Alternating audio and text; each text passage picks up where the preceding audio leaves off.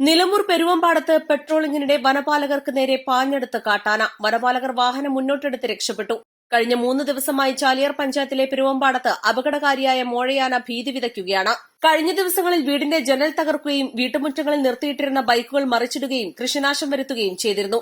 ഇതേ തുടർന്ന് വെള്ളിയാഴ്ച രാത്രി മുതൽ വനംവകുപ്പ് പെട്രോളിംഗ് ആരംഭിച്ചിരുന്നു.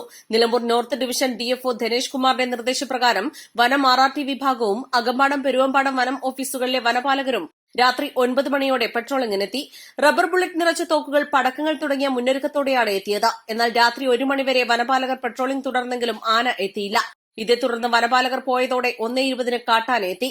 പ്രദേശവാസികൾ വിവരമറിയിച്ചതോടെ പെരുവമ്പാടം ഔട്ട്പോസ്റ്റിൽ നിന്നും വാഹനത്തിൽ വനപാലകർ എത്തി. നാട്ടുകാർ കാട്ടാന നിലയുറപ്പിച്ച സ്ഥലം പറഞ്ഞുകൊടുത്തു. വനംവകുപ്പിന്റെ വാഹനത്തിൽ നിന്നും ലൈറ്റിട്ടതോടെ റോഡിന് സമീപത്തെ സ്വകാര്യ വ്യക്തിയുടെ സ്ഥലത്ത് നിൽക്കുകയായിരുന്ന ആന വനപാലകരുടെ വാഹനത്തിന് നേരെ എത്തിയതോടെ വണ്ടി മുന്നോട്ട് പെട്ടെന്നെടുത്ത് ഓടിച്ചുപോയതിനാൽ വനപാലകർ രക്ഷപ്പെട്ടു. തുടർന്ന് നാട്ടുകാരും വനപാലകരും ഒച്ചവെച്ചും പടക്കം പൊട്ടിച്ചുമാണ് ആനയെ കാടുകയറ്റിയത്. അപകടകാരിയായ ഈ മോഴയാനയെ കുങ്കിയാനകളുടെ സഹായത്തോടെ വനംവകുപ്പ് കാടുകയറ്റണമെന്നും വീടുകളിൽ ജീവഭയമില്ലാതെ കിടന്നുറങ്ങാൻ അവസരമൊരുക്കണമെന്നുമാണ് നാട്ടുകാരുടെ ആവശ്യം. 10ഓളം കാട്ടാനകളാണ് ചാലിയാർ പഞ്ചായത്തിന്റെ വനാതിർത്തികളിലായി തമ്പടിച്ചിരിക്കുന്നത്. ഇതിൽ അപകടകാരിയായ മതിൽക്കൊമ്പനും ചുള്ളിക്കൊമ്പനും മോഴയാനയുമുണ്ട്. East Live, Nilambur.